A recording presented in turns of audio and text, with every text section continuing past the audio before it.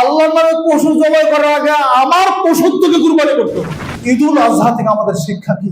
ইব্রাহিম আলাইহিস সালামের জীবনী থেকে আমাদের শিক্ষা কি? মৌলিক জিনিস আমরা বলতে চাচ্ছি, এই জিলহজ মাস হচ্ছে ত্যাগের মাস, কুরবানির মাস। কুরবানি মানে কি? আল্লাহর নামে পশু জবাই করা। আল্লাহর নামে পশু জবাই করার আগে আমার পশুত্বকে কুরবানি করতে হবে। গোশত খাওয়ার জন্য কুরবানি আসে নাই। ইব্রাহিম আলাইহিস সালাম তার ছেলেকে কুরবানি করেছিলেন বা কুরবানি করার জন্য প্রস্তুতি নিয়েছিলেন।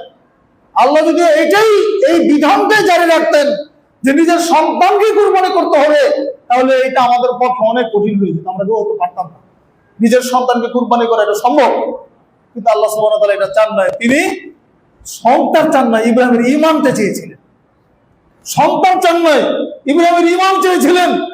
আমাদের কাছে আল্লাহ আমাদের ঈমানটা চান। এজন্য আল্লাহ বলে দিয়েছেন, লা ইয়ানালুল্লাহু লুহুমুহা ওয়ালা দিমাউহা ওয়ালাকিন ইয়ানালুত তাকওয়া মিনকুম। আল্লাহর নিকটে কুরবানের গোশত, রক্ত কিচ্ছু আল্লাহর কাছে পৌঁছে না। ওয়ালাকিন ইয়ানালুত তাকওয়া মিনকুম, আল্লাহর কাছে পৌঁছেছে তোমাদের তাকওয়া, আল্লাহর ভীতিটা। কাজে আমরা যারা কুরবানি করব, আল্লাহকে খুশি করার জন্য কুরবানি করব। আগের দিনের কুরবানি গোশত খাওয়ার কোনো বিধান ছিল না। কুরবানি করে রাস্তার পাশে ফেলে আসতে হতো।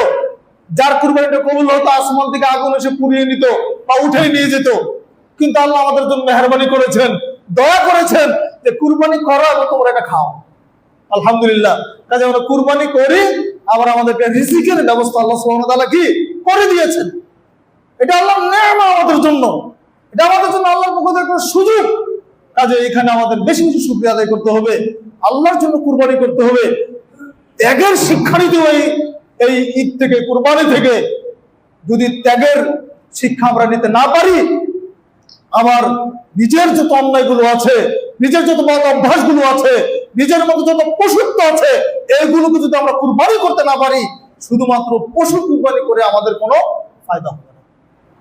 বন্ধুরা আমার, অতএব আমাদেরকে চিন্তা করতে হবে এই ঈদুল আজহা থেকে আমাদের শিক্ষা কি? ইব্রাহিম আলাইহিস সালামের জীবনী থেকে আমাদের শিক্ষা কি? ইব্রাহিম আলাইহিস সালাম তাওহীদের নবী ছিলেন, ইসমাঈল আলাইহিস সালাম তাওহীদের নবী ছিলেন। আজকের যুবকরা যদি ইসমাঈলের মতো যুবক হয়, আজকের মায়েরা যদি হাজেরার মতো মা হতে পারে, ইনশাআল্লাহ বাংলার জমিনে আবার ইব্রাহিম তাওহীদ কায়েম হবে ইনশাআল্লাহ। দুর্ভাগ্য, আমাদের ছেলেরাও ইসমাঈল হতে পারে না, চেষ্টা করে না।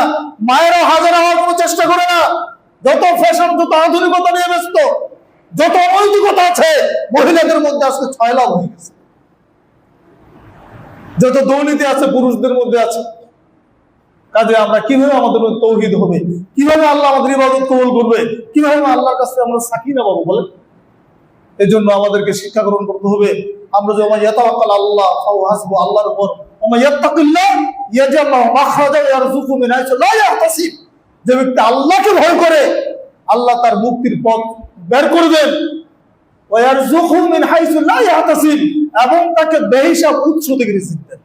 অতএব আসুন আমরা আমাদের সার্বিক জীবনটাকে ঈমানের উপর সাজাই, সব পবিত্র কোরআন এবং সহিহ হাদিসের আলোকে ঢেলে সাজাই। আল্লাহ রাব্বুল আলামিন আমাদের কবুল করুন, আমিন।